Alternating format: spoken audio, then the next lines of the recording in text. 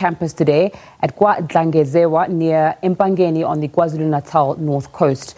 This follows days of violent student protests demanding to speak to Cele over the crime levels on and off campus. The students are demanding stricter security measures both on campus and off campus. Yesterday, a number of students returned home after classes were suspended until further notice.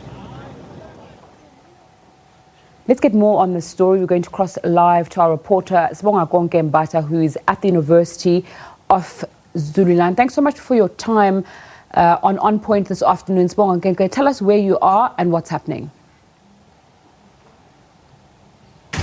A very good afternoon to you in studio. I'm coming to you live from KwaDlangezwa, Vulindlela specifically, and behind me is the service station that was that was taught allegedly by the students on Tuesday. And this is exactly where the minister was just recently here after the meeting he had this morning with the relevant stakeholders gathered in terms of resolving the issues that the students were calling for. After a persistent 3 days from Monday until yesterday, the students remained stern in their call for the minister to come and assess the situation and give them solutions to their problems or their plight of safety and security in and around the campus, specifically on off-campus residents. And the minister, upon speaking to him a bit earlier on, he did manage to iron out a few questions that we had from our previous crossing this morning that were also raised by the students in terms of understanding as to why does it seem like their plight is falling on deaf ears, because the majority of the students of the University of Zululand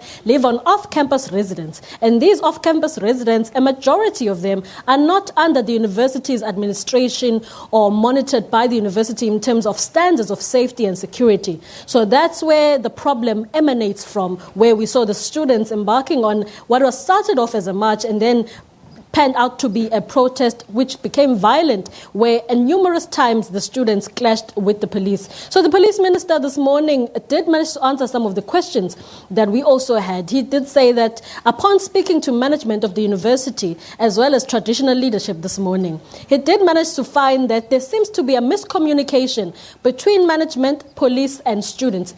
As far as roles are concerned, who is expected to do certain things and who is expected to do certain things in order to meet the needs of the students. Because it did make an example in saying that he's sure that most parents, when they send their children, they are sending their children to the University of Zululand. Not many of them are aware that the students are not actually within the premises of the university, but are staying outside the university. He said that that's an issue that needs to be addressed as to why does the majority of the students stay outside the university instead of inside. But it did say that he specifically came to address the issue of safety and security as well as the satellite station that was torched. It did say that they are condemning any act of criminality. As you can see behind me that the service station was torched. It did say that progress in terms of refurbishing it and rebuilding it are going to be very slow, because throughout the country he has been telling communities that when in protest, do not burn service stations or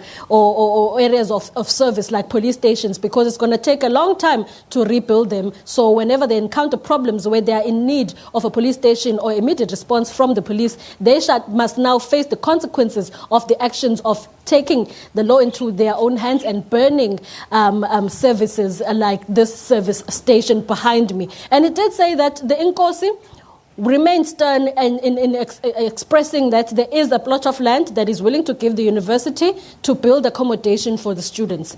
He did say also that he was aware of a common trend that is happening, and that is the responsibility of the university, that there seems to be an open freeway, as he termed it, in the university where anyone and everyone can have access in and access out. That compromises the safety of the students who come from afar in different parts of the country, not just KwaZulu-Natal.